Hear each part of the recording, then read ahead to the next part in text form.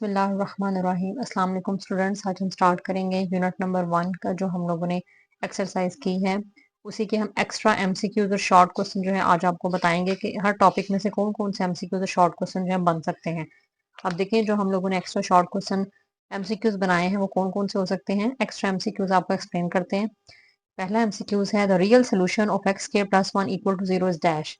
जो real solution होता है एक्स के प्लस वन का इक्वल टू जीरो वो क्या हो सकता है। ये एमसीक्यूज बुक में कहाँ से लिया गया है।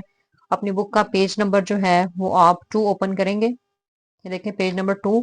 इस पेज नंबर 2 में ये देखें आपको ये जो ग्राफ सा दिया हुआ है इसमें ये इक्वेशन दी हुई है। इसमें से उन्होंने एमसीक्यूज बनाया और आपने बताना है इक्वेशन 2 जो है हैज नो रियल, इसका कोई भी रियल सोल्यूशन नहीं बनता है। उन्होंने यही इक्वेशन ली है, इसका उन्होंने यहाँ से बता दिया है कि सोल्यूशन बनता है रियल के नहीं। बिल्कुल इस तरह इस ग्राफ के हवाले से भी एमसीक्यूज जो है बोर्ड में आ सकता है। अब देखें इसका आंसर क्या होगा। 1 2 3 या नन ऑफ दीज। इसका मतलब है इसका कोई रियल सोल्यूशन नहीं होता, लिहाजा इसका आंसर है none of these. Next MCQs है एयोटा इक्वल टू डैश।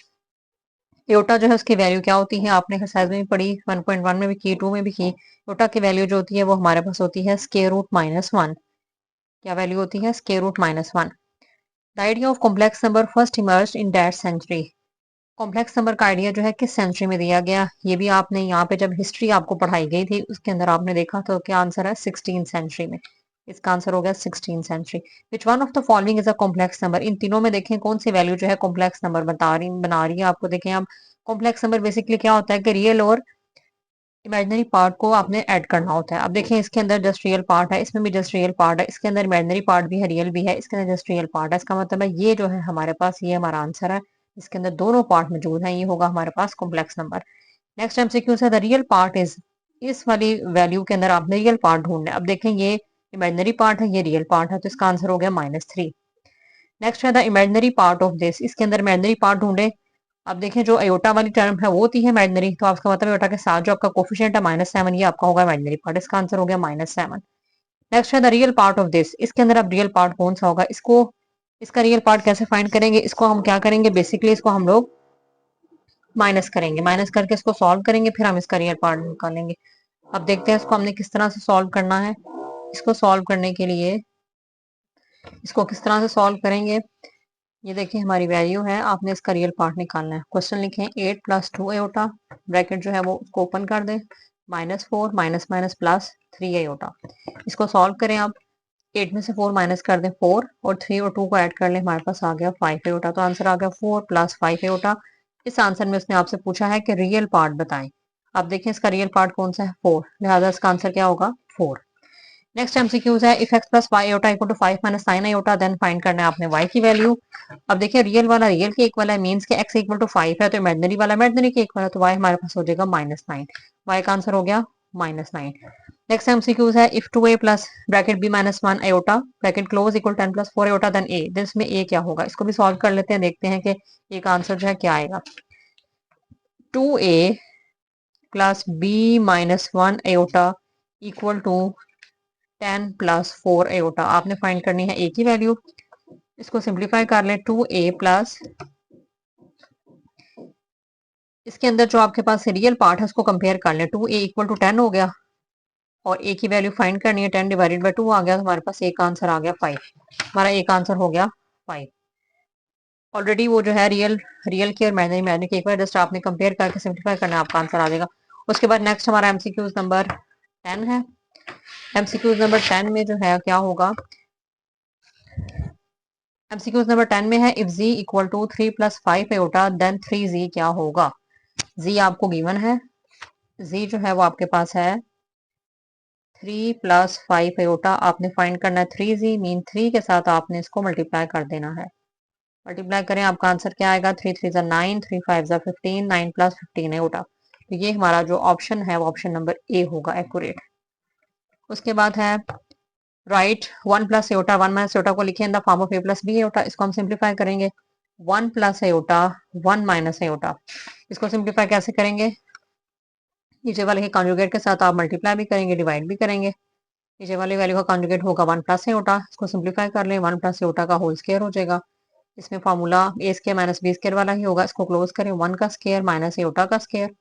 इसको ओपन कर लें, इसमें कौन सा फार्मूला आप लगाएंगे, a + b का होल स्क्वायर जो कि हमारे पास होता है a square plus 2ab plus b square. इसके अकॉर्डिंगली इसको ओपन कर लें।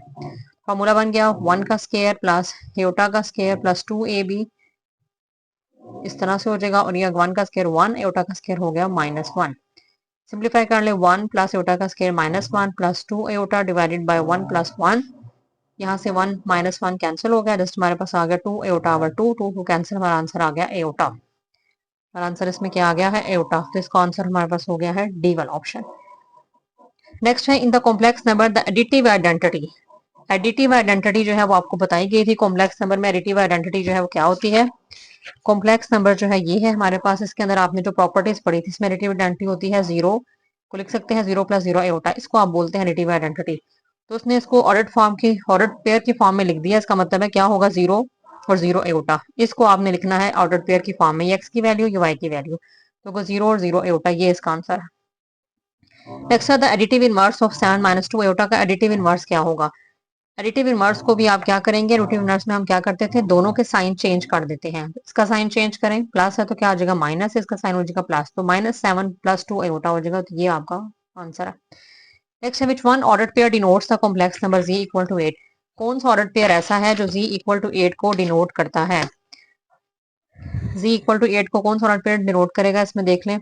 8 जो है वो हमारे पास रियल नंबर है, तो रियल पार्ट को पहले लिखते हैं हम पेयर की फॉर्म में, इमेजिनरी को बाद में। तो 8 यानी कि 8 होना चाहिए फर्स्ट नंबर पे। ये देखें 8 और 0, 8 इसके अंदर क्योंकि रियल पार्ट है, इमेजिनरी नहीं है, उसको आप लिख सकते हैं 0 ही उठा, तो ये हो गया 8 और 0।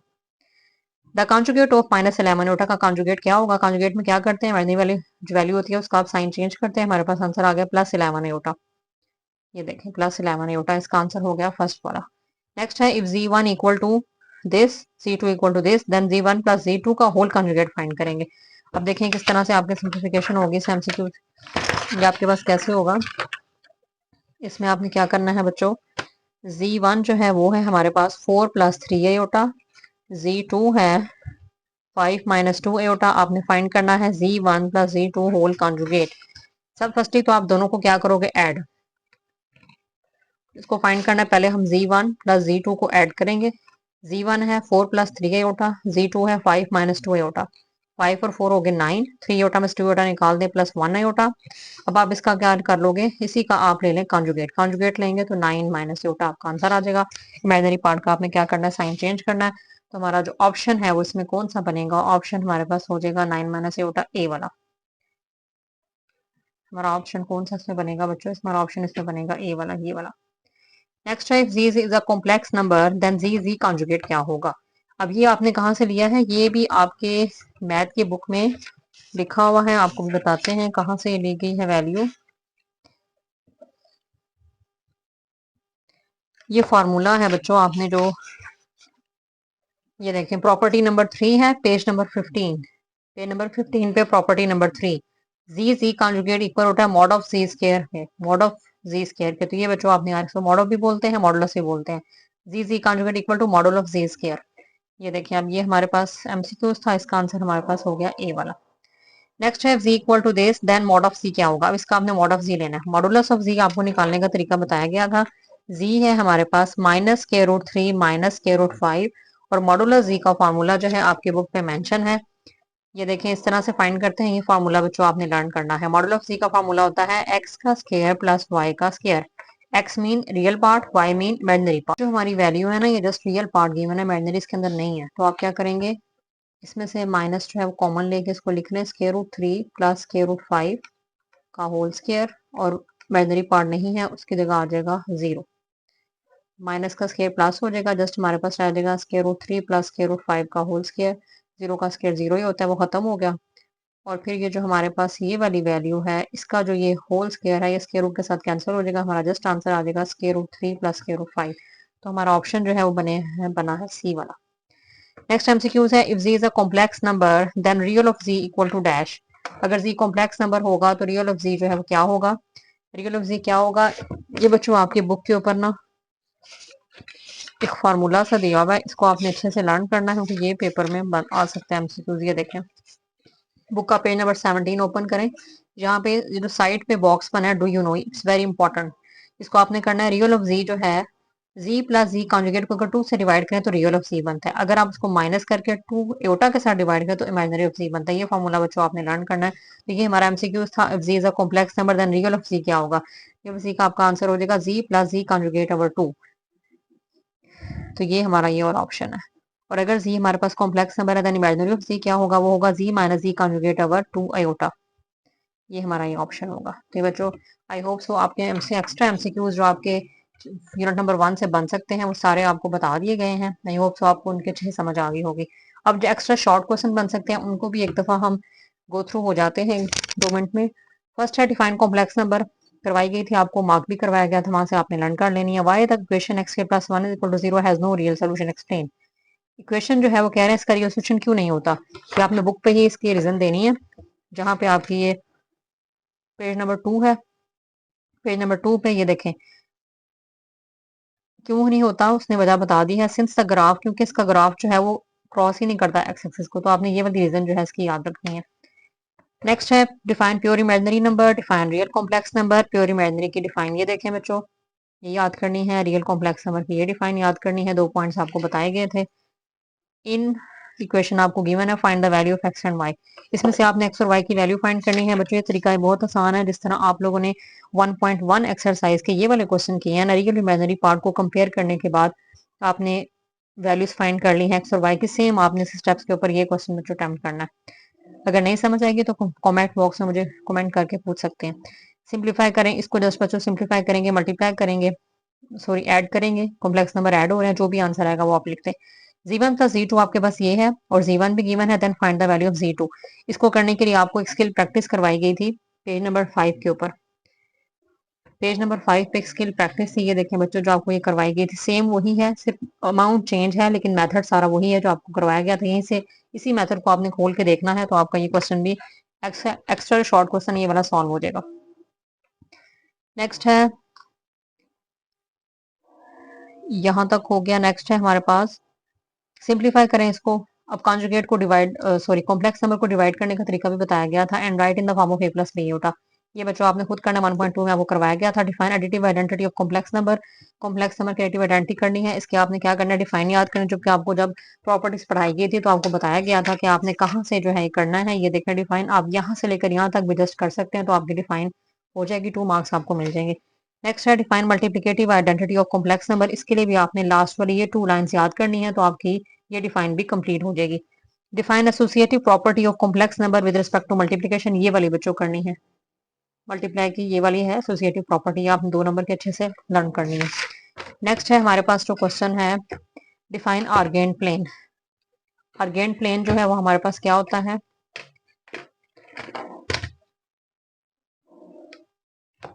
आर्गेंट प्लेन जो होता है ये हम करेंगे बच्चों। आर्गेंट प्लेन के लिए आपको ये देखिए आर्गेंट प्लेन क्या होता है, ये बच्चों आपने डिफाइन करनी है। If we consider x x real axis, यहाँ से लेकर ये आर्गेंट प्लेन तक फर्स्ट 2 लाइंस जो है आपकी डिफाइन है।